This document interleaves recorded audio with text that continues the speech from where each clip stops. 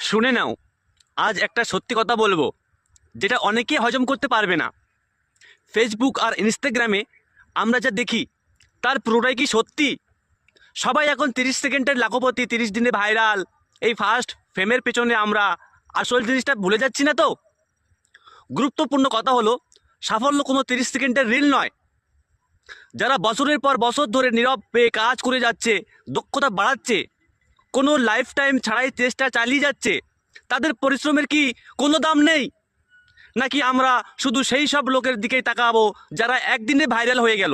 Viral হওয়াটা এক ধরনের লটারি হতে পারে, কিন্তু সেই ভাইরাল হওয়াকে ধরে রাখাটা হলো আসল কাজ।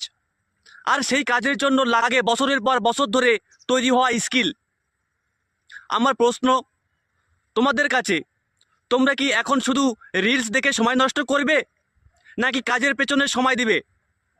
তোমাদের স্বপ্ন কি শুধু ভাইরাল হওয়া, নাকি কিছু অর্জন করা?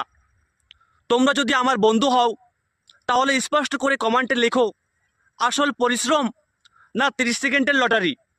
তুমি কোনটা বিশ্বাস করো? আলোচনা হোক।